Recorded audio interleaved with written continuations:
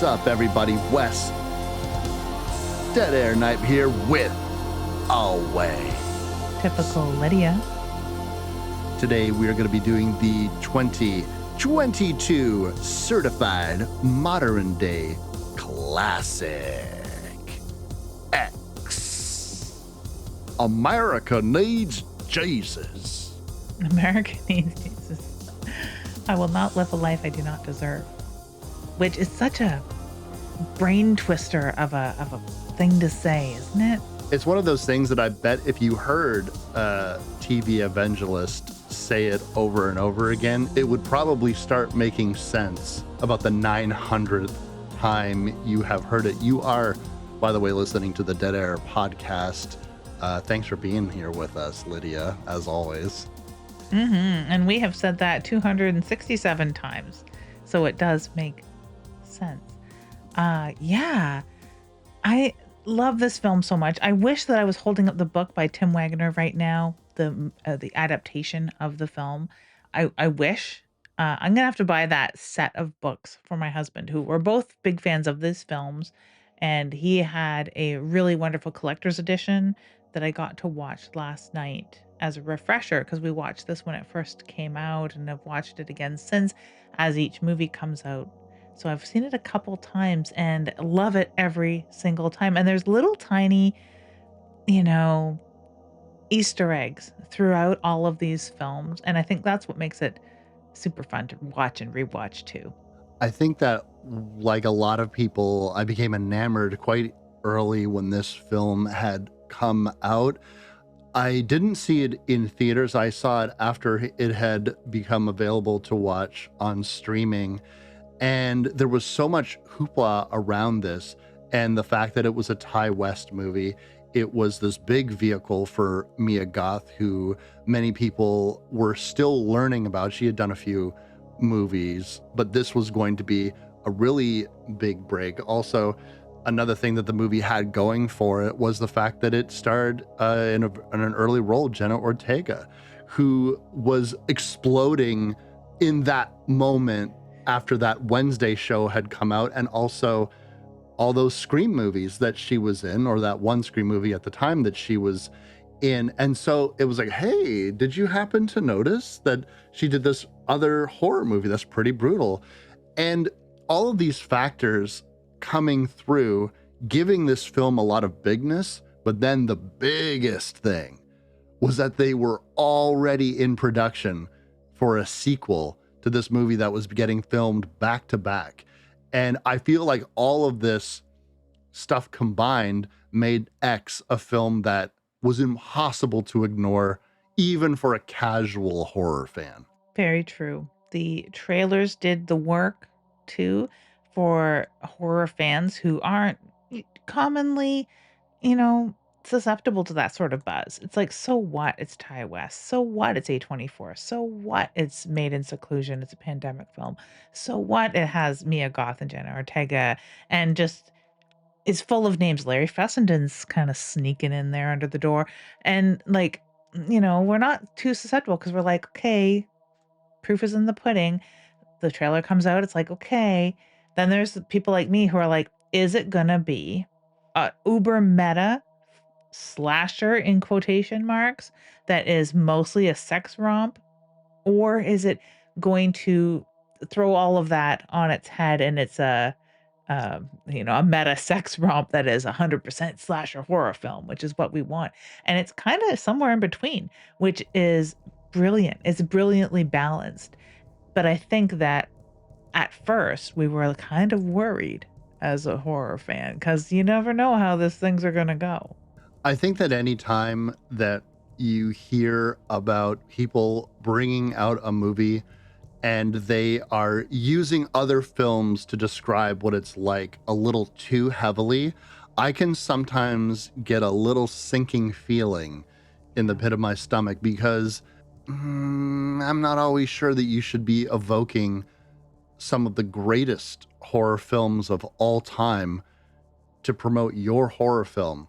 To say that it's inspired by the Texas Chainsaw Massacre seems almost reductive by how similar It was, and marketed as, on its surface. There's a lot more going on in this movie than Texas Chainsaw, which isn't necessarily a bad thing, but that's all I got. That was my initial read from the trailers, from everything that I had seen, that it was made to be Texas Chainsaw Massacre without the pitfalls of having to have Leatherface and the expectations of what that title brings to a lot of people, because, you know, they've tried to do Texas Chainsaw Massacre in many ways over and over and over again. And a lot of people don't really like the results. And some people do, but a lot of people don't. And so this is one of those things where I'm like, is this really or is this going to be making me want to watch a better movie that you're reminding me of? Or am I going to exist in this world with these characters? I'm happy to report, I don't know if you could pick up on this, that this film exists as a Texas Chainsaw Massacre in aesthetic only. And all of the story elements are so rich and stand by themselves. And all of the performances are so good that I don't think that it diminishes by saying you were inspired by Texas Chainsaw. And in fact, when people tell me that they're inspired by a better horror movie or a different horror movie to make their horror movie, I hope that what we get to is something similar to X. Because you could throw a whole bunch of other um, homages that are found in this film or inspirations that no doubt influenced this film. Like they could have drawn some parallels to Easy Rider, Last House on the Left, and of course Mm-hmm, Texas mm-hmm, Chainsaw mm-hmm, Massacre in a mm-hmm. huge way. Behind the Green Door, who knows what other sex romps from the 70s? Because I didn't watch those films as a child. So yeah, it has so many amazing influences that it wears on its sleeve, and it is really just beyond a sum of those parts. It really is an inspired and magical sort of film. Some of the editing in this is unbelievably magical, and it's great that Ty West himself gets to have a hand in that. He's one of the editors credited on this film. So it really was a baby. He wrote and directed and edited this, which often you think, oh, same guy doing all that stuff, but he really is an editor to be reckoned with. And seeing that he's attached to the upcoming Johnny Depp spectacular Ebenezer, I'm looking forward to that and seeing him really have all the money and time and space to do something even bigger than this trilogy, because X did become the trilogy. Something even bigger than that. And like granted, X and Pearl and Maxine, that's pretty big. He did get a lot of more room to roam with Maxine for sure, but to see him be able to have more money behind him, which is wild. This movie was made in only $1 million, $1 million budget. That's crazy to me. That's tiny. It really is, especially in terms of movie making. And once you factor in paying for the cast, paying for the location, they were going out to New Zealand to do all of this, you know, all of that money adds up very quickly.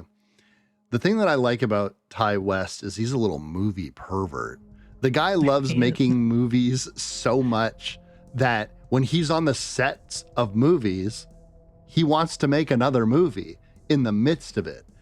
And this is just like when he did House of the Devil and then eventually would go into The Innkeepers. If you hear the story about that, it really was him in between shots of House of the Devil in this hotel thinking, I got another movie here.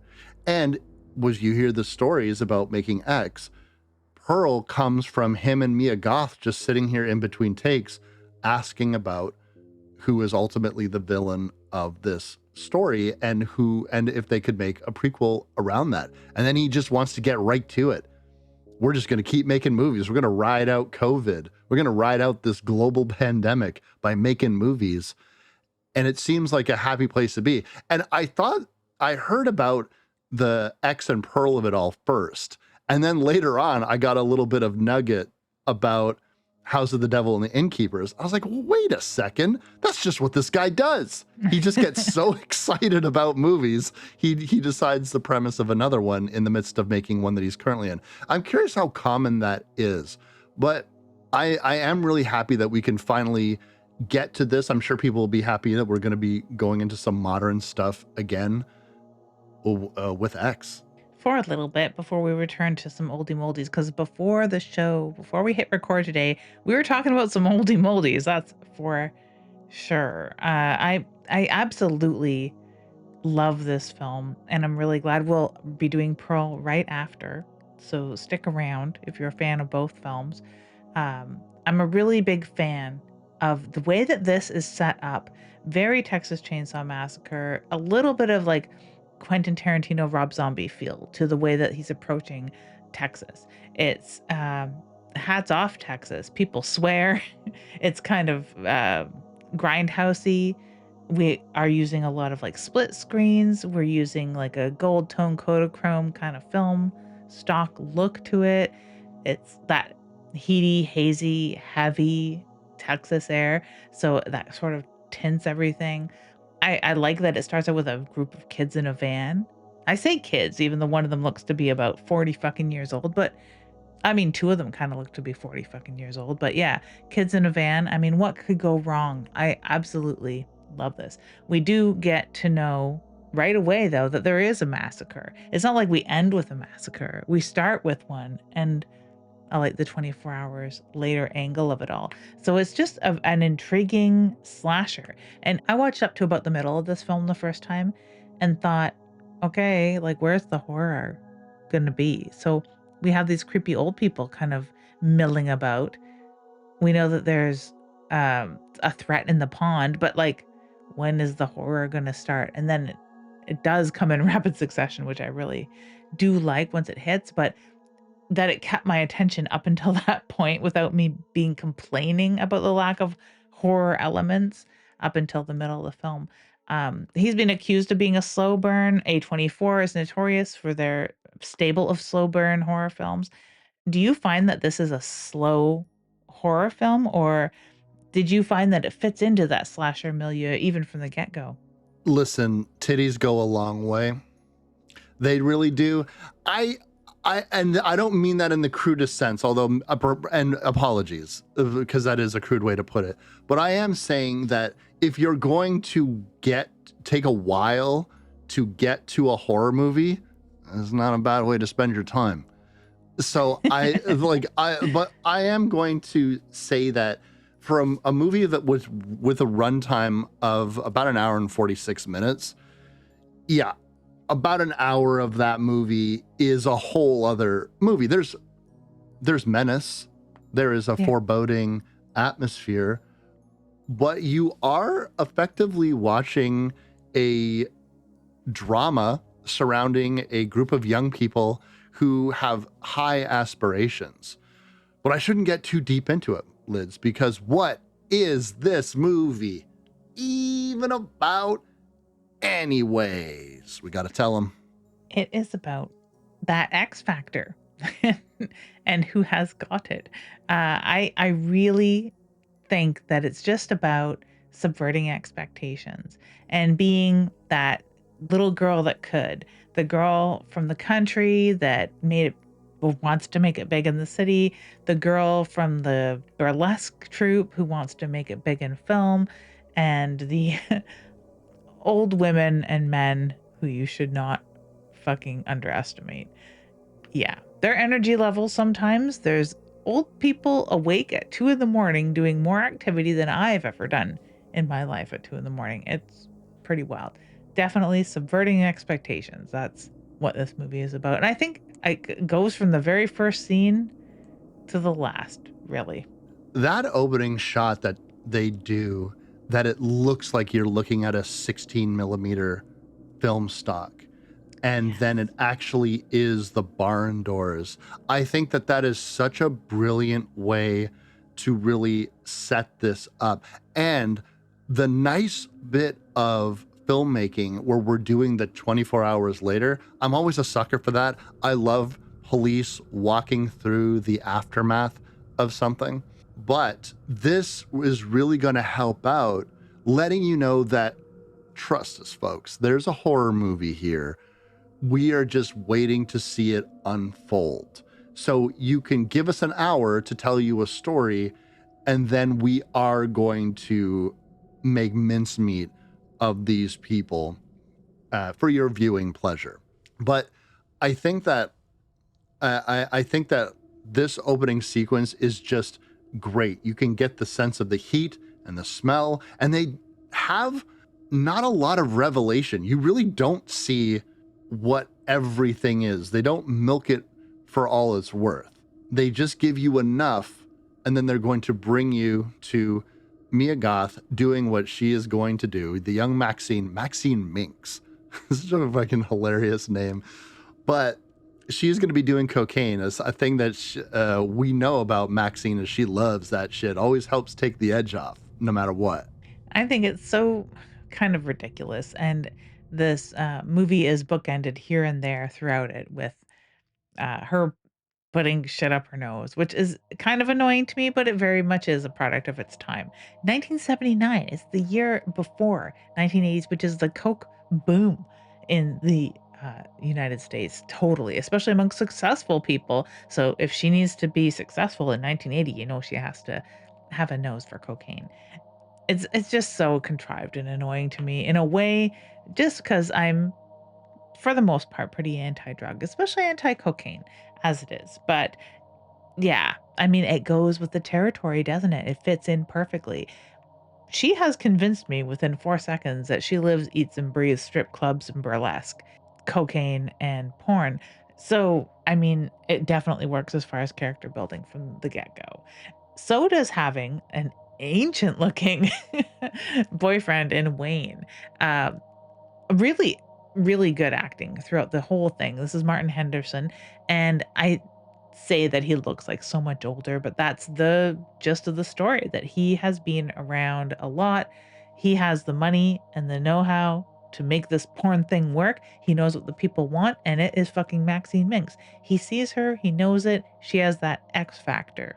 She really does. And she eats it up. She loves to be told that she is special. She loves praise, and she genuinely believes that this is going to make her career. They're going to become famous. Now, I need to table set a little bit here, because if you're looking at 1979 and you're looking at the past decade in filmmaking and what that has looked like, Wayne does have a good point about independent filmmaking being the way to go. They had seen huge explosion in horror thanks to Tobe Hooper and thanks to back in 1968 with Romero, Wes Craven, Sean Cunningham, John Carpenter, all of these people who have become staples in horror filmmaking and cinema history were making a lot of these films independently, certainly their first films, by the seat of their pants. So you might think that, okay, we're going to laundry list. It's going to be like a Scream. They're just going to say a bunch of these directors' names, but they don't. They cite something far more interesting. They start citing things like Beyond the Green Door and Deep Throat, two porno movies that were made in the 1970s. But the interesting thing, ladies and gentlemen, is you might not know that there was a time that pornography just went to theaters. And yes, there was porno theaters that would run 24/7. The 42nd Street Grindhouse in New York would play skin flicks all the time. But Deep Throat and Beyond the Green Door just got released to cinemas. It was fully uncut sex that you could just watch in and amongst an actual movie.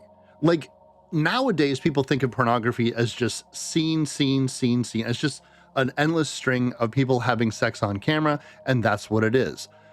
But back then, they were still trying to make fully produced movies. Now, that does still happen in pornography nowadays. It's far more rare, but that's what they're talking about. Wayne's got stars in his eyes, and he thinks that maybe we could do like a transition, like you did pornography and now you're doing mainstream movies, kind of like the actress from Rabid, who had done a lot of adult films, and then she went on to go do mainstreams. Again, like these films that are the product of the 1970s. But I just find that incredibly interesting that that's why all of these people are off to make a porno.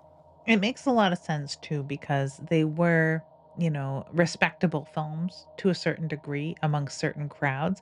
And they saw that we can take this indie filmmaking moxie that is gaining traction and couple it with the accessibility and acceptance of adult films, serious adult films, and sort of blend the two and eventually dip into the newfangled VHS market.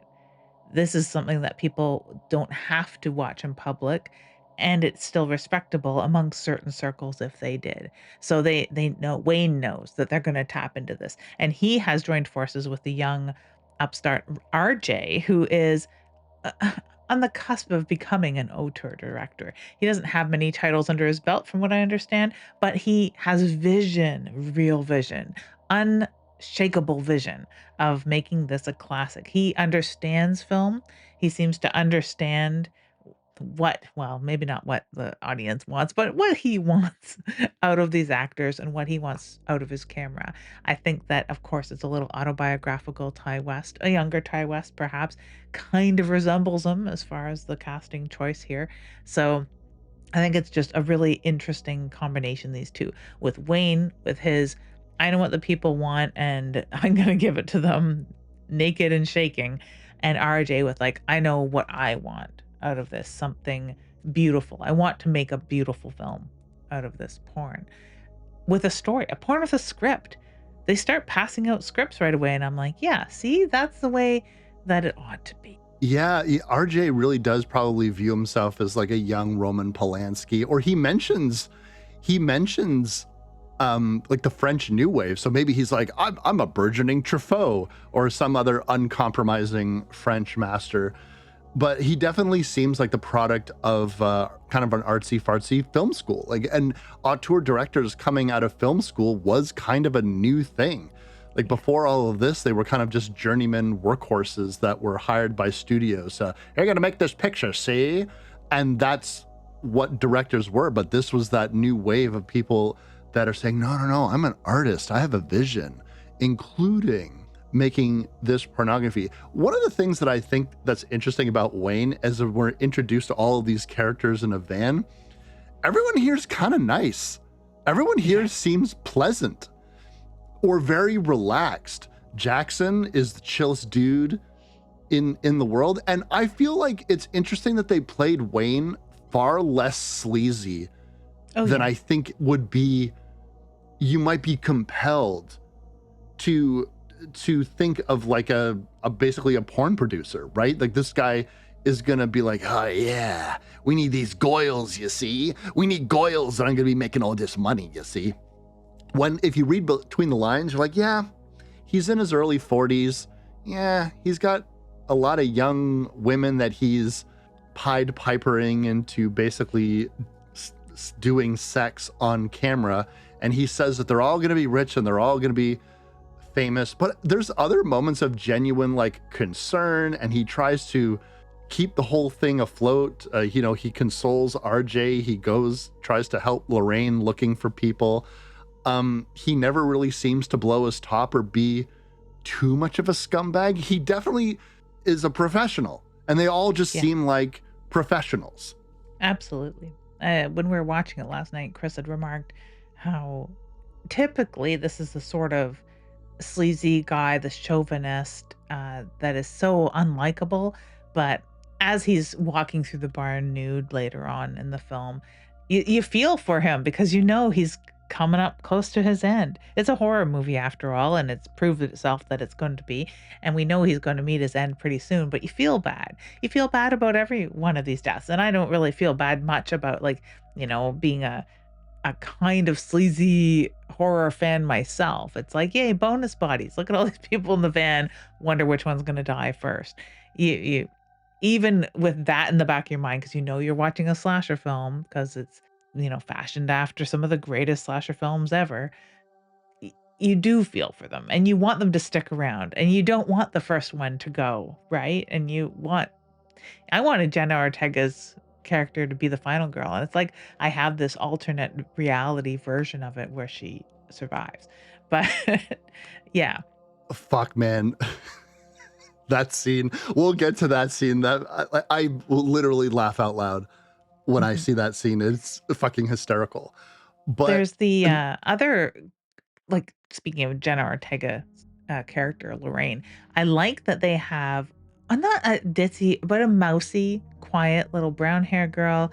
They have an extremely intelligent blonde and Lorraine. Like, she is a little bit older as far as a burlesque dancer goes and a porn actress is, it seems anyway. I know that she's not in real life, but they've made her up to be, like, kind of aging and has seen a lot and very intelligent. I really love that because she's not a dislikable bimbo of a blonde. She is, and uh yeah, like kind. an auntie kind of girl. She comes across as like an auntie more so than the fucking diva, right? There's not a diva here. And even the most diva in Maxine herself, she's kind of nice. She's, wants to kind of go off on her own here and there.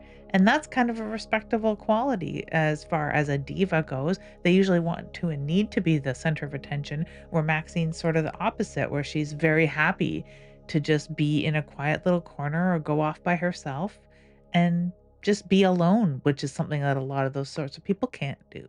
The genesis of this movie, Lids, is that Wayne needs to find a place where they can shoot this porno movie, and they have just the property in mind. Because of taxes, they go all the way to Texas, and they find this rural farmhouse owned by this old couple, Howard and Pearl, and they're there legit. Now, Howard is prickly, let's Yeah, say, he's prickly. prickly to say the least. He doesn't much care for all of them. He immediately shoves a gun in Wayne's face, not seeming to remember the conversation. But once they square things away, grease the wheels with a little bit of money, Howard says that he doesn't much care for any of them, but he leaves with a warning to just make yourself discreet. I don't want to see you. Leave my wife alone. Don't come up to the house. And they assure him they won't even know, or he won't even know that they're there. Seems fine. And they are going to shoot all of their scenes and get the hell out of there. In the meantime, they're in this beautiful kind of pastoral area. Although we do see some cows, and we do see one cow that's been pulverized by a truck. And I think that this is them just trying to let you know there's gonna be gore here, but we're not gonna start with a murder, which is weird because they could have. We'll get to that when that scene happens. Because there's a surprise bonus body, but we never actually see this person's murder. But they decide to do it with an inside-out cow. Let me ask you this: you grew up in a rural area. Is this what happens when you hit a cow with a truck? I've never seen a cow getting hit with a truck, but I've seen a moose getting driven through. And yeah, that's pretty accurate for sure. I think doesn't Texas Chainsaw Massacre start out with a dead armadillo? So they You're one right, upped it. yeah. Yeah, they've one upped it. They've four times upped it because it is pretty gory. And I like that Maxine's reaction to this, because if there's anyone, if you're going into this fresh and you've maybe seen the trailer and that's it, you'd be like, she's gonna flip shit and kill everybody. That's what this character's all about, right? She's on coke. I mean, what more do you need as proof? She's the only one she's slightly less likable than everyone else in the fucking truck. Everyone else is a bonus body. You just know it. And you're pegging kind of like it's gonna be girl against girl. It's gonna end up Maxine against Lorraine and or something like that. If you're that type to try and beat a movie in the first scene. But she sees this cow and almost throws up immediately. Just doesn't like blood and guts. And I like that setup of right away. It's not somebody who's like where I would be kind of perched up at the window being like, "Oh my god, look at its eyeballs." Um she's quite the opposite, and I like that, the way that this works, and it does set us up for a little bit of gore because it is really well done. That cow looks very, very real and extremely dead. I love the restraint that this movie shows by making it a period piece, but not making it cartoonishly a period piece. All of the music choices seem to make sense. They're not all the most popular songs of the day, although, the Creedence song is probably pretty popular. Yeah. But they're they are not just laundry listing a bunch of 70s pop culture references in a way that nobody actually would speak. No one's dressed in a cartoonish 1970s way.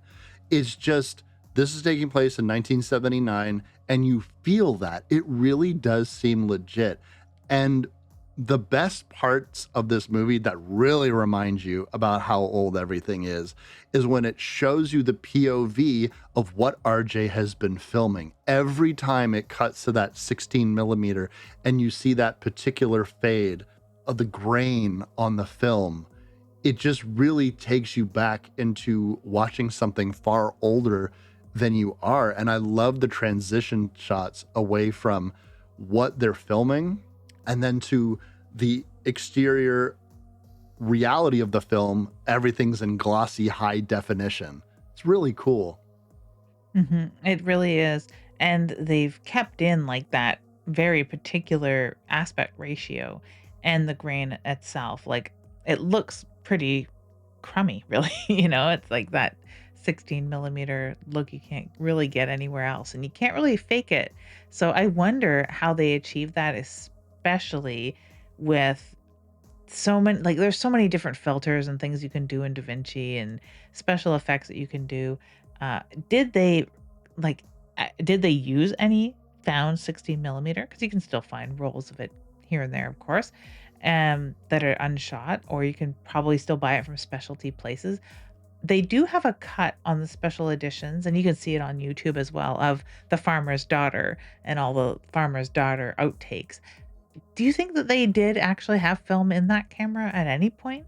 I don't know, but that's a really interesting question. And I'm curious if it is authentic or if it's just clever editing. Because we Yeah. could do a lot nowadays to make something look like it was shot on 16 millimeter film or even 8 millimeter if you're being really crazy with it. Yeah. But it's hard to say. I'd be interested to. I have a standard edition Blu-ray of this movie, but I didn't look at any of the special features. Now I'm curious if the farmer's daughter is on it. The farmer's daughter, by the way, I love how they come up with the most cliche plot for their porn movie that you could possibly imagine. Like the only thing that would be more cliche is if you're the pizza delivery guy Yeah. or something. Hey, I got your pizza with extra sausage. Oh, but I don't have any money to pay. And this is what RJ's like, this is my cinematic masterpiece. um, but whether or not he wrote the script or Wayne wrote the script, we don't actually know. Yeah, it sounds like it was probably the both of them. I mean, it's obvious that the girls had no real say in it. I even like later on when there's a part where like we could just inject this other character into the script, and RJ's like, "No, you can't just inject a new character into the script." Like, thinking, "Are you crazy?" So I think he's a little more beholden to it than Wayne is. He must have written the bulk of it because it is really his baby through and through. Yeah, this setting is really awesome too, as far as like it's awesome for their purposes because it is a ranch house far away from the main house and it's got a barn, it's got everything that they would need. They're still gonna run and gun some of this because, as you said, Howard's pretty prickly. Howard said, "Don't come to the house." Howard's not pleased with all these fucking young people at the house, and they're gonna like agitate his wife and stuff like that. So they have to kinda sneak around the grounds a little bit to get done what they're doing, although they make no pains to hide the screaming and moaning and sex sounds that are gonna be coming from this house. But it is a really cool setting for a horror movie. The few scenes that we've had in the house already are just very Texas Chainsaw Massacre. I don't know where they found this house or like if they built it to spec as far as it matching very closely to the farmhouse in Texas Chainsaw Massacre. But I really appreciate it. Just that entryway with all the old pictures and just how goddamn dark it looks and that screen door. I just absolutely love that. The little ranch house reminds me of like a cabin fever, or it's modeled after like Evil Dead levels of cabinry going on. Even though it's not a cabin, it's a ranch house. I absolutely love that. The dock on the lake is reminiscent of other rape revenge films. Like, it's just a beautiful, beautiful setting because 'cause they've got all these different places that look so much like other horror movies. There's not a lot of horror movies in barns, but, I mean, this barn could stand in for any one of them. Yeah, agree, and every place is just so amazingly picturesque. And man, this scene at the dock with Mia Goth coming out by herself, she is in her iconic, I guess, overalls and nothing else. And meanwhile, a film is going on with Bobby Lynn and Jackson. Everyone is over there. And then she is going to have a smoke and take a walk. Now, two things are happening simultaneously. You get the sense that A, she's being watched from multiple vantage points, not only from somebody in silhouette that we see far away, but this amazing scene with this gator. And there's something so interesting about this where normally I would, oh my God, this is A24 at its finest. Like the most pretentious, oh, the bathing beauty, and she's nude and vulnerable, but has no idea that this horrible predator is creeping up on her, and she will escape by the skin of her teeth and never know how close she was to danger. Meanwhile, there's somebody else who's watching her. Perhaps this gator is not the only predator that could end this woman's life. But for me, it absolutely works. What do you think about this scene? I love this scene, and the tension is very real. There's, something to do with the magic of the editing here that works extremely well. And I think we also are doubly uncomfortable because I think if once, if not twice, Maxine's character has said something to the effect of, "Don't watch me. Stop looking at me." She said it to Lorraine, like, "Oh, she's creepy. She's always looking at me." And someone throws out like, "Well, you better get used to it. If you want to be a star, you're going to get looked at." But she doesn't like being watched. And we have these double vantage points pointed at her. The killer point of view, sort of coming through the forest, perhaps, and the gator itself. So, like, I think that that's doing another subconscious thing here in this scene of, like, not only does this character who we kinda like, does not like being looked at, she's really being looked at and being looked at as, like, a meal or prey, and yeah, she's also being looked at by us, the viewer, sitting there being like, "Ooh, can't you just zoom in a little bit on that body because it's naked and we know it. Clap your hands." All of these sequences up at the farmhouse are going on without much of a hitch. There Yeah. really isn't, like, I suppose, in terms of like people trying to make a movie together in a horror movie, this is about as uneventful as it could possibly get. Most people are able to film their scenes. Mia Goth gets her sex scene with Jackson, who's just stud amongst all studs. You know, the thing that I love the best about Jackson, which I wish kind of came into play a little bit more, was the fact that he had done a couple of tours in Vietnam. So he is a veteran. He has a brief conversation with Howard, who is a World War I veteran. Um, and Jackson gets to tell him, oh, things have changed a little bit, Pops, but we'll get to the whole Jackson of it all. While Mia Goth is doing her sex scene, which, by the way, if you're curious about what the plot of The Farmer's Daughter is, it seems that Jackson's car has broken down, and he goes to this farmhouse looking for a phone. No one has one, but this farm is lousy with hot babes willing to fuck. And he's just, I guess, making his way through them, all the while looking for the owner of the farmhouse, who's their father, and everyone just warns him. I was like, how does this movie end? It's got to end with the farmer chasing you with a shotgun. Is that going to be Wayne? Who's playing the farmer, if there was one?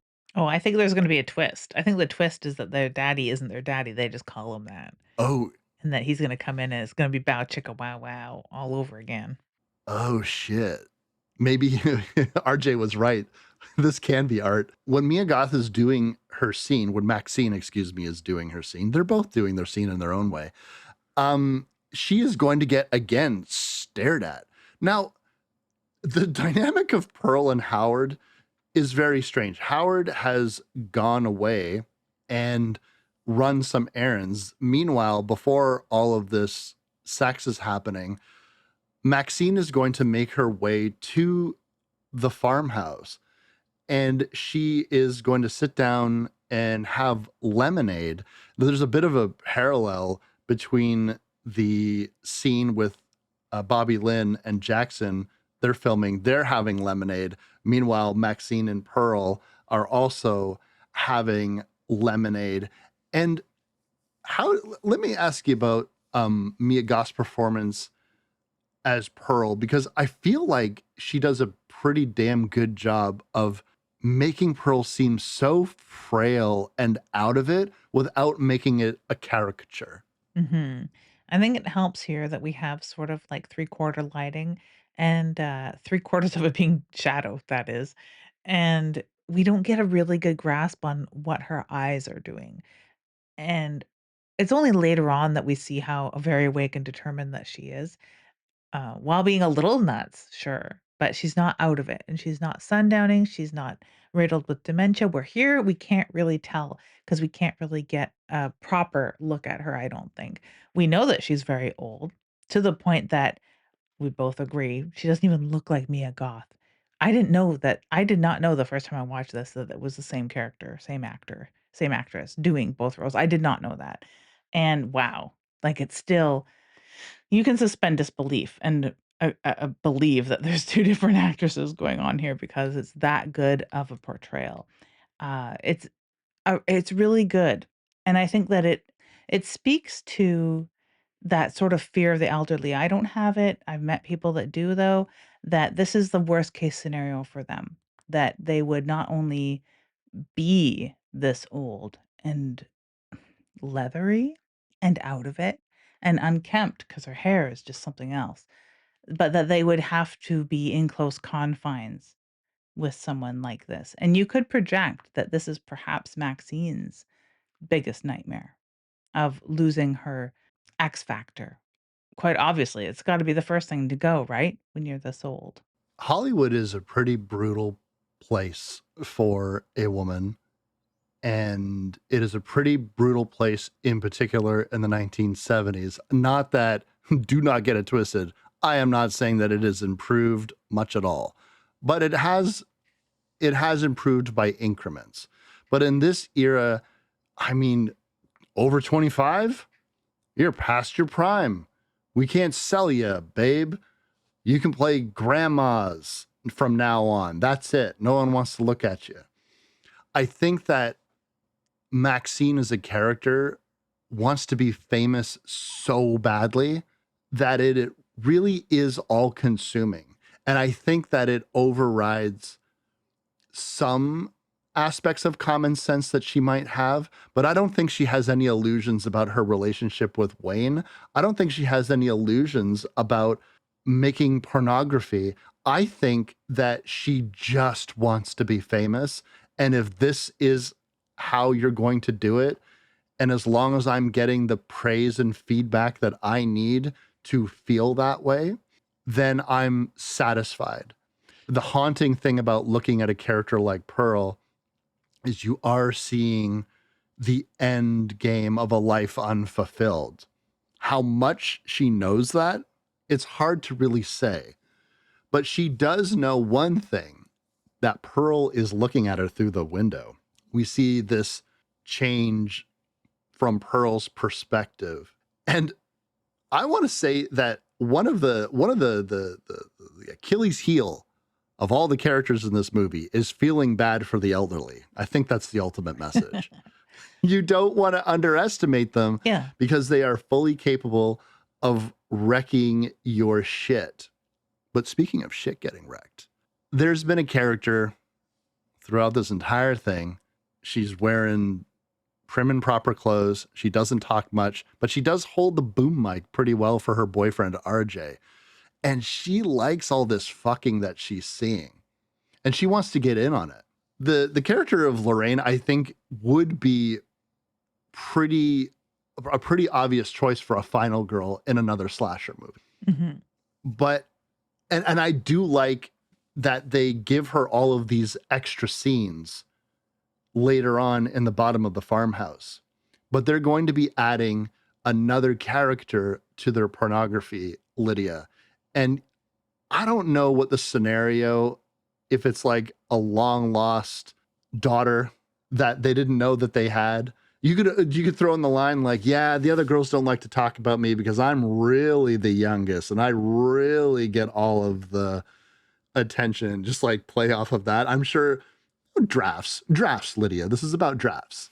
Or their cousin, living that close to other family members, they could probably see that there's a strange vehicle in the driveway and come down and check it out and see who's there. Who knows how they wiggle her in, but it's cute that she's like, goes from like, I don't get you guys. You're all banging. Don't you love one another? Like, what the hell? This is, don't you feel weird watching this go down? That conversation turns on a dime because it's like their answer was dependent on her next line, which is like, "I wanna be in it too," which is just wild. Poor RJ as a filmmaker can't quite handle it. He acts fairly manly. Like, at first, he's like, "No." Like, just exercising his machismo with like, "No, I forbid you, as your man, to be in a porno film." Um, which as a human and a boyfriend, he kinda has a right to do. It's not about him lording over her, but they're in a relationship that is not an open swinger banging other people relationship. They needed to have this conversation between themselves, not in a group of people who seem pretty like it's another thing about this group of people that really endears me to them is that their first response isn't just like, "Hey ho, let's go." It's like you think about this and like, I don't know, you got like let's have a serious conversation about this, not just like grab the camera. Right? So it's nice that they kinda take a second here. I like that Maxine is probably the most level-headed one out of all of them in this conversation too. She is comes across as a little bit gruff, but I think that she's warming up to Lorraine too because they're actually having a conversation. Lorraine's not just sitting there staring at her, and maybe it explains a little bit of why she was looking at her so weird, just trying to figure out these sex-crazed nymphos. Yeah, I think that it was a case, and they would do lingering shots on Lorraine while she was holding the boom mic that you could tell that she was put in this circumstance that she doesn't find as repugnant as she thought that she would. She was doing this as a favor to RJ because he wants to be this grand auteur filmmaker, and this could be a place to start.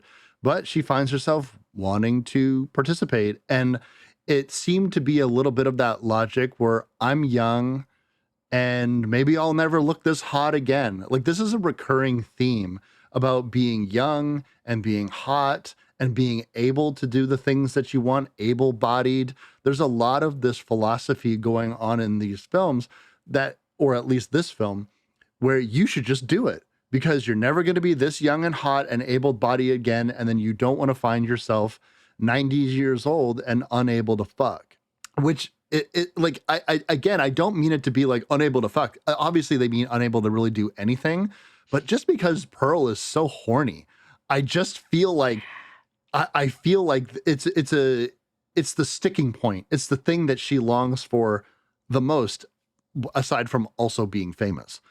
But I think now at the end of the road, Lorraine just wants to participate because fuck it. I don't want to have regrets. And if she doesn't do this, she'll regret. Wayne's Wayne's logic for trying to convince RJ to do this. Let's just call it dubious at best, because he says if you don't let her do this, because she's going to do it one way or the other, but if you say no now, she's just going to go make a bunch of porn movies with a bunch of different people.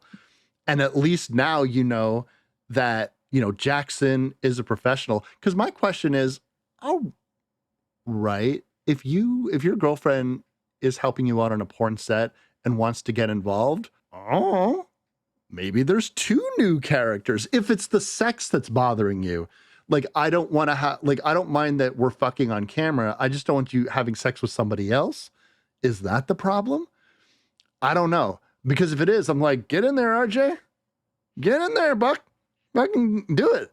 If it'll make everybody happy. But no, he doesn't. Everyone's so supportive immediately. Like, I love how in this brief conversation with between Wayne and RJ, Bobby Lynn and Maxine are just doing Lorraine's makeup and Jackson's doing push-ups. Like, it's happening.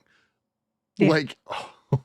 Yeah, they're all getting prepped while RJ's breaking down terribly. His scene in the shower where he's crying over the whole thing, he has had I mean, his world has shattered. Really, all of his expectations have shattered. Maybe it's also that he's not in the spotlight anymore because there's a certain amount of gravitas that goes along with being the filmmaker, the director, or the cameraman. He's doing all of those jobs together. So maybe he felt a little bit of that spotlight on him too, and having it fade or be shared with his girlfriend, who he's also losing. Like, it's just a very heavy duty thing. Throughout this, of course, we get more old people peering through the windows.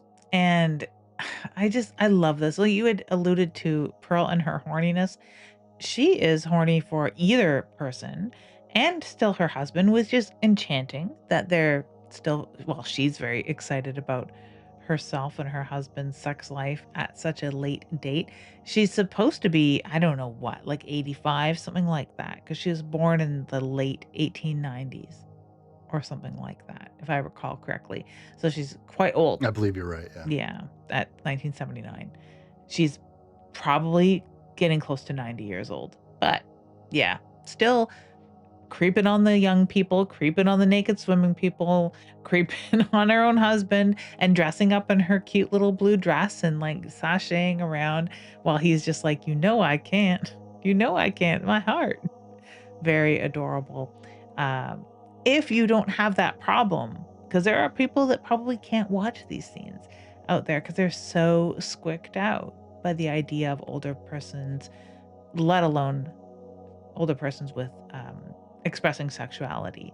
So yeah, I think it's doing a lot. It's doing a lot psychologically that isn't being spoon fed to us. And it really just helps with the discomfort, the intrigue level, the suspense that's going on here, and the creeping terror. RJ has had enough, Lids. I think part of the illusion that has been burst while he filmed his girlfriend having sex with another man was any illusions about this being anything other than them just making a porno. I think that kind of flew out the window. And I think if I had to guess, that's what made him the most angry, because he grabs the keys to the van and it's not, I need to distance myself from this situation.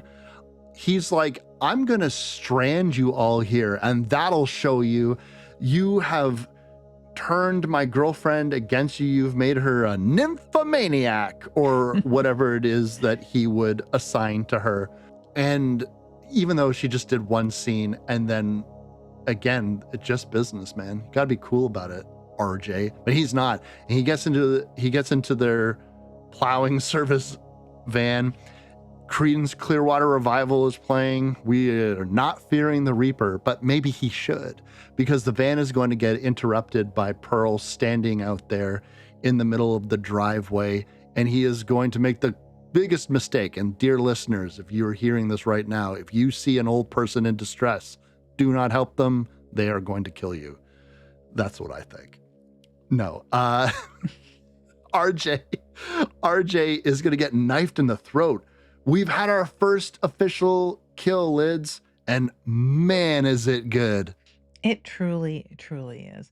Um, Not only does she stab him multiple times in the neck with blood spurting out everywhere, and it's lit well enough, even though it's a pitch black night, it's lit by the headlights of the van, which is perfect. Perfect, very stark, high key side lighting. What more would you want for a brutal kill that decapitates him? She stabs his head off, and this is like, yeah, very brutal, very hate-filled. You can see the animalistic anger on Pearl, and you can see how fast she can move. It really is deceptive how dangerous she actually is. She was hiding her hand that whole time and Yeah. gives a quick slice with her knife into his throat. And then when he finds himself the most helpless, she just keeps stabbing him and then does a weird little dance. When we're listening to Blue Oyster Cult, hmm, we are back to reality. Her reality, is she in a state? Is she in a phase when she's doing this? Or is I she don't completely know. cognitively aware? I think that she's 100% aware. I think that she always has been. And I think that this is just her anger. This is just her, not wanting other people to get in her way, not liking when other people one up her, not liking when other people have even caught her interest. If someone deviates her interest away from her, with the sole exception of Howard in her entire life, she seems to just respond with anger, and her anger comes out in murder. And she's just a murderous person. And I think she accepted this a long time ago. Um, After a particular dinner party, I think that she accepted this, that she is just a murderous person, and murder is how she solves her problems. So, like, yeah, I don't think she's in a fugue state. Even with her, like, hiding that thing behind her hand. Have you ever dealt with an elderly person who's not supposed to have cookies, but they've got their hands on some? It's no different than a Yeah. 3-year-old who's not supposed to have cookies and has their hands on some. They're gonna hide it behind their back, they're gonna be all furtive, and when you try and take it away, boy, are they gonna fight you. You know, that's, yeah, what we're dealing with here is that level of deception, sort of like a 3-year-old, very self-centered, point of view. If a 3-year-old could stab you in the neck, they would do the same with a 93-year-old. They would just give it all their best and give it all their might and end up decapitating you in the process. So I think that she's just a murderous person and knows it, coupled with, "I'm not supposed to have cookies." There's a lot of people in this ranch house, Lids, that have a sixth sense to when something's wrong, to when something goes down, because Lorraine is going to wake up and, to her dismay, find that RJ isn't in the ranch house, and she goes looking all over. Now she's worried that he is going to leave her, which is very sweet. And it lets you know that what she wanted to do with the movie, in her mind, hopefully, would not affect her relationship with RJ, that she very much likes being in a relationship with. Wayne has found himself in his underwear, seeing what a young Lorraine is looking for RJ, and he is going to help her out. So they're going to split up and they are going to do a search. Lorraine is going to make her way to the farmhouse and is going to be encountered by Howard, who can't find his wife. And meanwhile, Wayne is going to go all the way to that barn, and we are going to get yet another death scene. But if you're asking yourself, Lids, I am not trying to say that the elderly do not have the wherewithal to kill a bunch of young people.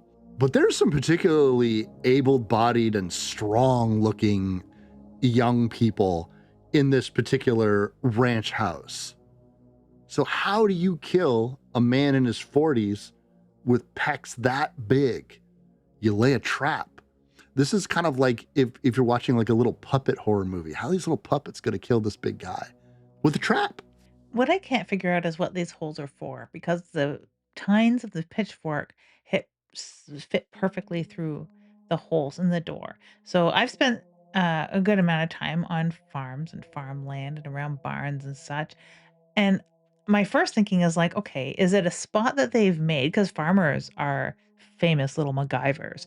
They will rig up things that suit their day, like you don't even know, because they have like hand drills and whatever, and they can do whatever carpentry they need to do on their farm to make things work and convenient. Is this a spot what they would use to oh, now I'm even talking country. Is this a spot what they would use to wipe off the tines of the pitchfork after mucking it out? Because that's maybe what I would use it for. Are these holes drilled in to fit the tines of the pitchfork so that you can use it to open the barn door conveniently without taking your hands off the pitchfork? If you have something in the pitchfork, could be. Are they just holes that happen to fit the pitchfork? Highly fucking doubtful. But he's looking through these little holes to see what's going on out there and gets pitchforked in the eye. We don't really see much aftermath. We don't see a lot of body posing with this, which would be great, I think. But we get pitchforks in the eye. What we do get, Pearl double taps. I don't know if you've noticed this, but she likes to confirm a kill. And she does it with RJ, and she does it with Wayne, where she gives him another haphazard poke with the pitchforks, and then just kind of lazily starts putting a layer of hay on Yeah. top of him, like, I don't know, man, like a child trying to hide a mess that they made. And you can really tell that Howard is the fucking Norman Bates of this outfit, where he is just constantly trying to pick up after Pearl, who is, as you say, quite murderous and seems to be, set off on a dime. I mean, now it makes sense. She killed RJ because effectively he rejected her, although he probably was going to get killed no matter what. Yeah. But now Probably. there's just too much evidence. There's too many people here, and we need to clear them out. Lorraine is going to get tricked herself into going into the basement. This is where, oh, can you please help? Howard is like, oh, it's dark down there, and, I don't want my wife to fall. She could break her hip. Again, appealing to this sympathy. They know how people will act towards them because they're old. And what they are hiding is this sinister capability underneath this facade. So he brings Lorraine down to this basement and locks her in. One of the interesting things about this basement is we got a bonus body. We got a bonus body of a guy that we have not met. We see his cock, which helps, maybe for identification purposes. But I didn't know who this was when I first saw this movie. Now, at first I thought it was RJ. And so I was like, wait a second. So they took his body and they hung him in the basement and stripped his pants off? I don't get it. Why did they do this? And I thought his head came off. And then of course, RJ's body is just in the driveway where they left it.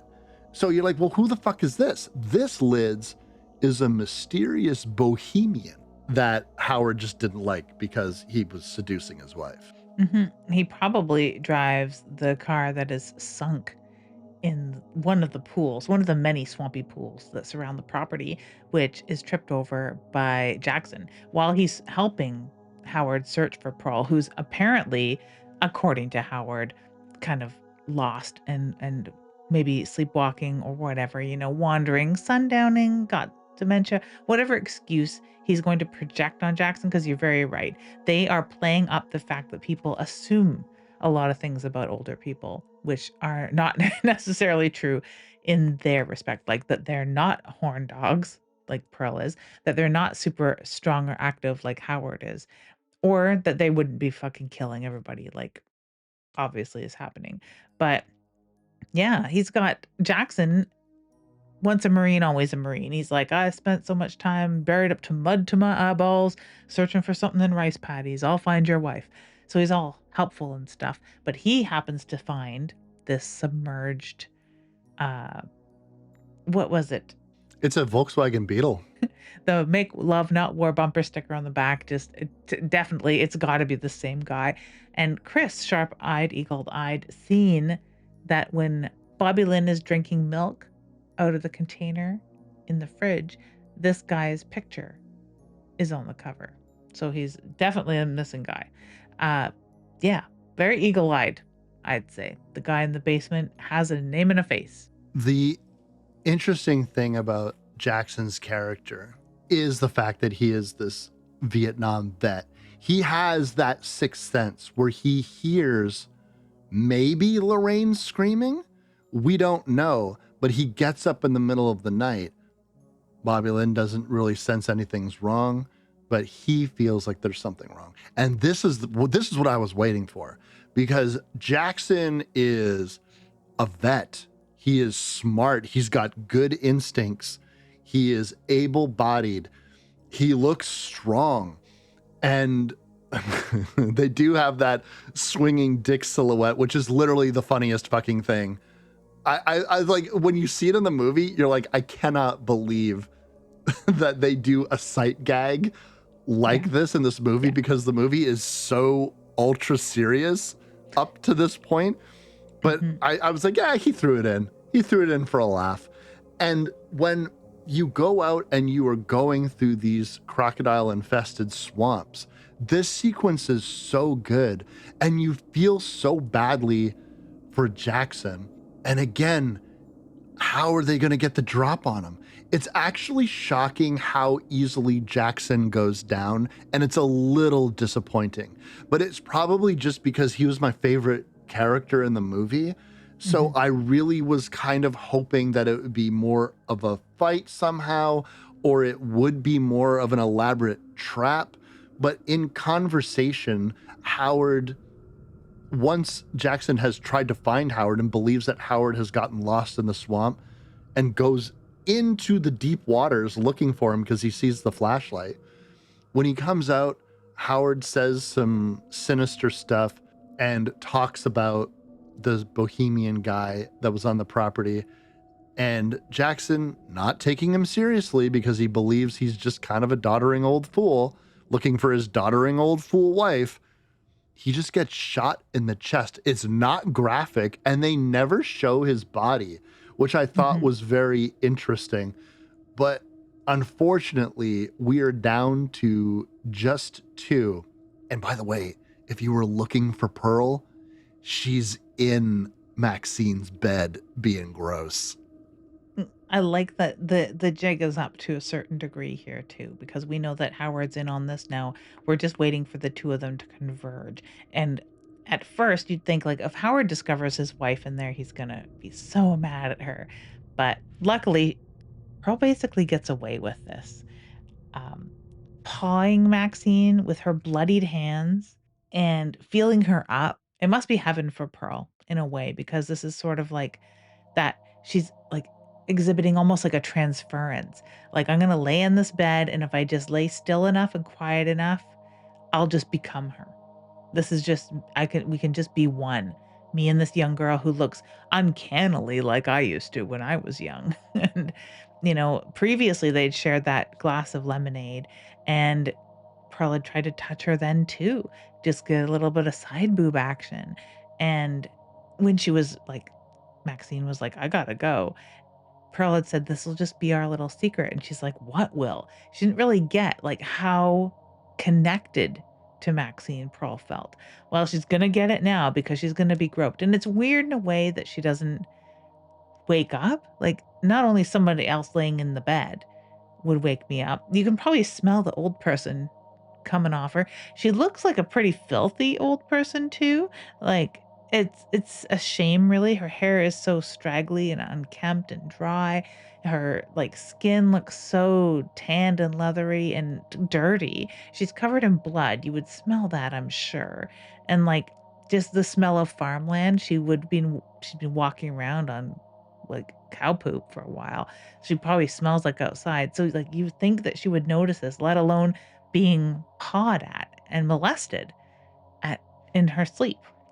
I thought that that would wake her up, but that she wakes up face to face with the old woman is just so Horrifying. terrifying. Yeah, it's a night hag come to life. and then she goes skittering away, like, on her old lady feet. Yeah, is acted so wonderfully too, and I like that, you know, you can really suspend your disbelief. Not only does Pearl not look like Maxine with all that makeup on. It's just filmed so very well as far as having whatever body doubles they used and whatever split screen techniques they use here and there. It's just done pretty seamlessly. So I really enjoy that. That yeah, it's scary. And Maxine is screaming. That old woman was in bed with me and she was touching me. And her horror is quite readily felt because it's just very good acting through and through. When Pearl makes her way out to the dock, she is going to be chased down by Bobby Lynn, who believes, like most anybody would, is that she is sundowning. Yeah. She is not within her faculties. She's confused. She doesn't know where she is. And now she's standing naked at the end of a dock. Bobby Lynn informs her that she wanted to be a nurse. She actually can handle this very well, and they're going to go back to the house, and everything's going to be okay. Now, understandably, Maxine is upset because of what had happened, but Bobby Lynn is going to show empathy and believing that this is not Pearl's fault. And Bobby Lynn is multifaceted. She has a beautiful singing voice when Jackson was Oh, stringing yeah. the guitar, and they have this musical sequence, and you can tell that I suppose, in a way, this movie is about people being dismissed on their surface for what they do or how they look. Even though Bobby Lynn is very beautiful, but she's a stripper and she is going to make sex movies. And so, of course, she's a whore and she's vapid and she is less than serious and probably doesn't have a whole lot going on upstairs. But wait a second, she's legitimately talented. She could have been a singer, but she's just Mhm. not. And she is being thought of as only being a whore. Pearl's going to call her as much, but she had aspirations to be a nurse. She has a natural uh, affinity for caregiving and is kind and empathetic towards the people around her. Jackson is a veteran. He's a hell of a guitar player. Everybody's got something going on that they're more than what they seem. Lorraine, before she was locked in a basement with her hand smashed, she like wasn't just going to be the mousy quiet girl. She maybe wanted to be a little bit adventurous, a little bit experimental. Everybody has multifaceteds to them, and Howard and Pearl, just because they're old and decrepit looking, does not mean that they should be underestimated. And Bobby Lynn, for her courtesy, gets a pretty fucking brutal death, and it becomes eaten alive. Yeah, pretty much. She gets slapped in the face. I like that once Pearl pushes her into the water to her pet alligator, uh, she says bitch to the water. I think it's hilarious. She is just a murderous bitch herself. So, yeah. That's what she does in the face of any sort of sympathy. Mhm. Howard sees all this is coming. Like, he's just like, "Oh, well, that's one more down. What did you do with the big feller?" She's like, "Oh, I just stabbed him in the eyes." Like, now they're both in on it. Howard must have been expecting this from the beginning. He did what he could to try and avoid this by being like, "Hey, just keep to yourself." But now that he's in the stink, he's used to this. They've probably gone through this numerous times before. Well, he's like, "Well, I guess we'll have to go round them up. We'll go back to the guest house and kill the rest of them because that's what we do because of you and your murderousness." But they make it there, and the one thing about murder, I guess, not only can it make you hungry, I guess it could make Pearl horny. So she wants to try one Totally. more time, even though Howard's like, "I just can't. You know I can't." But I guess he has one more hurrah left in him. He does have one more hurrah. He is constantly worried about what sex will do to his heart. He's got a weak heart, and Mhm. sex is something that you need your heart for. Yeah. And so, but he does relent or acquiesce, and he does have sex with her. This sequence, not the sex so much, but the leading up to it, you do really feel for Pearl. Now, Pearl is a murderous bitch, as you put it, But she also is tired about not getting the life that she feels that she deserved, tired of not being a star, as we will learn. She is so hateful towards all of these people and their youth, because to her, the youth is the potential of the future that she no longer has. But she still wants to feel special. She wants to feel loved. She wants to feel beautiful. She wants Howard to make her feel young again. And there's something oddly beautiful about this. If you took all of the murder out of this story and you just made this a story about an old woman being so sad that she grew old, and so sad that her best years in her estimation are behind her, and there was a time where she was beautiful, where she would come on to men and they wouldn't push her away repulsed at her presence, and all she wants to do is feel special and beautiful and loved in that moment. And Howard gives that to her, to his own detriment eventually. But Pearl is going to, or Maxine is going to use this sex scene as an opportunity to escape, because she's underneath the bed and she knows things are really, really bad because she's heard how they're talking about that they've killed all of these people. She needs to get the fucking van and get the hell out of there. But when she gets to the van, she is going to hear the telltale screams of Lorraine, who has still managed to knock that hole in the door, and she's still locked within. I really like Jenna Ortega's performance here. It's great. She looks genuinely terrified. If you convinced me that no, she's not an actress, that's an actual woman they found with her hand chopped in half in the basement, I would believe it, because holy shit. And she's not listening to reason too. I really hate horror movies where someone is suffering a grievous wound and they're terrified out of their mind and you can talk sense to them and they can make a plan, because that's not how it would go. If you are dealing with somebody who is scared out of their mind, they don't listen. They will push past you and they will go running out of the house that you've just helped them escape from. When you tell them to be quiet, they can't. So I really, really like this delivery here because, of course, Maxine goes to help her, which you think, you can see the second thinking on her face where she hears Lorraine and she's like, I could just jump in this van and go, because I didn't really like her very much anyway. But, whether it's going to be some sort of like womanly duty to the sisterhood or whatever the hell, or just humanity to try and help another human, whatever reason, she goes back to help her. And oh wow, it still works out well for Maxine in the end, but it doesn't work out very well for Lorraine, because when Maxine's like, we have to be quiet, they're still in the house. She's like, I'm not gonna be quiet. She's like bleeding to death, right? So, I mean, of course she's gonna run out the front door because she's thinking, we gotta run, we gotta get away. And she gets shot point blank. Another unceremonious death, or mostly dead, because she's not entirely dead. Maxine hides in the house, and as Howard and Pearl are dragging Lorraine's body back in the house, I guess to hide it, dump it in the basement or whatever they usually do with bodies, she has that one last dying gasp that makes Howard jump because he thinks he's dragging a dead body. And he says, like, she's pretty heavy when she's dead, and is looking right at this dead face that suddenly perks up, spits blood at him. It scares him, and he has a heart attack right in the hall. Again, we get to see Pearl not being so doddering, not being out of her mind. She's very with it, and she cares very much for Howard, because even though she sees her quarry in her house holding a gun at her, because that's one thing Maxine did retrieve, is the gun from the glove box of the van. She doesn't care about any of that. Her husband's dying, and she's like, get help, call the police, call an ambulance or whatever. My husband's dying. You need to help us.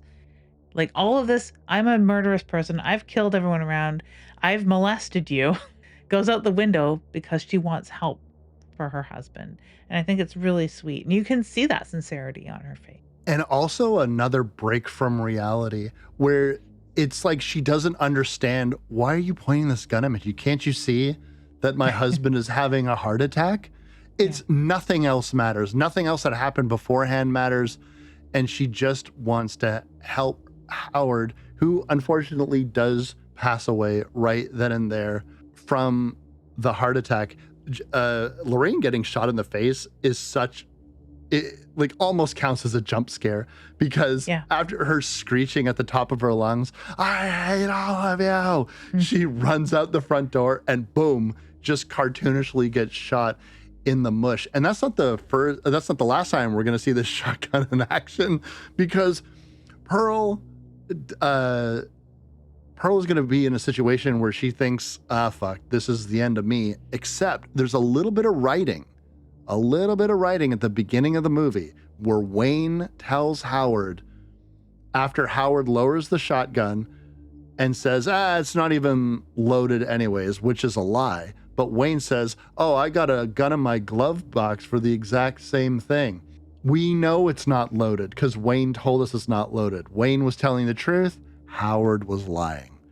And so when that gun clicks, Pearl dives for the rifle and tries to shoot Pearl. But the thing is, Liz, this gun kicks. If I were 90 some years old, shooting anything, whether it's a slug or a bird shot, I would probably be landed on my ass, directly on my ass. And frail bones break easy. Her hip gets broken. All the while, she had turned on the television as a bit of a distraction. You know, when you're chasing someone through your darkened house, you don't want them to hear your footsteps. So she turned the TV on to this pastor who we sort of met in the beginning. The pastor was still on television when the police show up in the morning. So we had heard it at the very beginning. It's this pastor that is going on, fire and brimstone, very Southern, evangelical kind of thing about him. So he is saying these things, and while Maxine's brandishing the gun, she's mimicking sort of what he's saying. And she's saying, "I will not live a life I do not deserve," while the pastor's also saying it. So it's interesting, and we notice it. We've noticed it from the beginning, because even though the pastor is sort of a throwaway thing at the very beginning of this film, we sort of have mentally filed that away, because he is quite magnetic when we first see him, and he's equally magnetic at this point. So it's a notable, interesting thing, which we get to see a little bit more of that in a minute. But Maxine dealing with a broken hipped old lady who has ruined her night. They haven't been there 24 full hours, and all her friends are dead. Her dreams could be crushed if she doesn't get in that van, snort a line of cocaine, and drive away. She does roll over that lady's head twice, though. That's the worst double tap. She runs over Pearl's head, and it's going to be their little secret. That's one thing they do have in common, is Pearl being a fan of the double tap. So is Maxine. Yeah, she backs over Pearl's head. And just in case you think it's not the most disgusting head pop I've seen in a while, she is going to double stitch it and drive forward. And you're just going to see a bit of her skull just kind of spinning around as Maxine makes a break for it. And we're almost getting out of here, but we do need to go back to the sheriff and the police surveying the scene. One thing I'm interested in is, will they ever find Bobby Lynn's body? They'll know that there was another girl there, but I don't know, because those crocodiles are going to take her down into the bottom of the lake. And we get a sense that they've been dumping bodies here forever, right? Yeah. This is where they hide vehicles. And, Howard even says, well, they're dragging Lorraine's body around. There's no sense in getting messy now, because he's like, I don't want to risk it. And so you could tell that this has been happening for years, and who knows how many times. They've at least rented this ranch house one time before recently, and they ended up killing somebody. And now they rented it again and killed everyone that went there. Now, I'm assuming this is all off the books, and so who the hell knows? But it is interesting that a lot of people are going missing, and it all kind of leads to this one place. And now, for the first time ever, not only are Howard and Pearl no more, but the police find documented evidence of at least some of the things that went on in this farmhouse. Damn fucked up horror movie is what it probably. It's a really, really good way to end this film. We do see on the television the televangelist talking about his young daughter who had run away to lead a life of sin, and it is Maxine herself.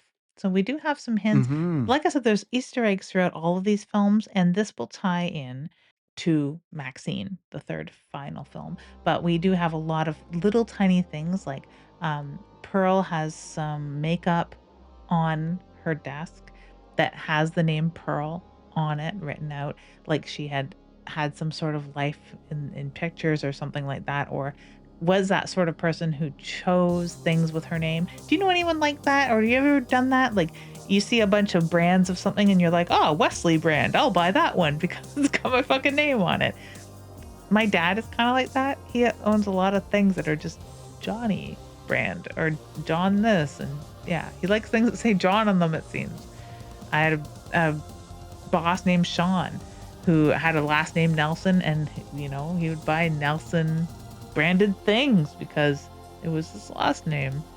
I had a zip up hoodie in high school from West 49, and if it was unzipped, one side did just say Wes, and then the other side said T49. So I did have that, and I bought that specifically because one side said Wes. Yeah, obviously, if you zip it up, the whole illusion is ruined.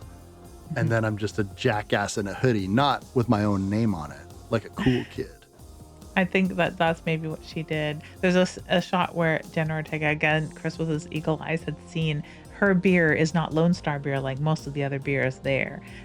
It says Pearl on it. So it's just these weird little things. There's many, many little Easter eggs throughout all of these films, and this is just another one. So yeah, I'm very excited that we will be covering Pearl next. So if you want to ask me what we're doing next, go right ahead because I already know the answer. No, I'm not going to ask you what we got next for them. We are, of course, indeed doing Pearl, as you had just said. And one of the things that I had a question for you, maybe I'll save it for Pearl, but I am curious that with the fact that we have Pearl and we have seen Pearl and we know about Pearl and her motivations, does it make X more fleshed out because of that? Because if you don't have Pearl, it's really hard to say why she is killing all of these people. Aside from just, I'm crazy, I'm horny, and I resent their youth. But that might be a good enough reason on its own. I think that it is a fine reason, in a way. I think that this really works as a standalone. X is the sort of, you could watch them all out of order too, at that. I like watching them in the order that they were released. You could go back and watch them chronologically, and it would be fun. If it was your first watch through, I'd be hard pressed to suggest one way or the other to watch it. If somebody has heard that only X is good because it's more slashery, or only Pearl is good because it has more fleshed out story, or only Maxine is good because it's more hip and modern, or whatever. If you wanted to just pick one, I mean, I guess you could do that too. They all do survive as a standalone film because you get the gist of something bad had happened, or something had happened to make this person that way. Everything does happen for a reason, and we do understand just by being alive on planet Earth that we all have backstories, unless you suffer from the worst case of main character syndrome. Everyone does have a story that got them where they are, or shaped their beliefs and their actions. So we can sort of surmise what happened to Pearl without having watched Pearl, I think. I really do think that. I put faith in our audiences. And so do I. And on that note, I'm Wes Knipe. And I'm Typical Lydia. And you've been listening to Dead Air.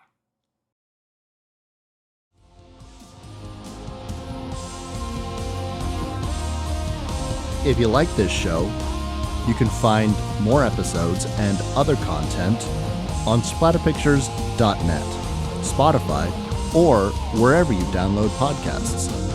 We also upload all episodes to YouTube now, if you'd prefer to listen that way. You can find us across social media like Instagram, X, and TikTok, and the show is edited by Lydia Peever and hosted by Lydia Peever and me, Wes Knipe. We'll see you next time.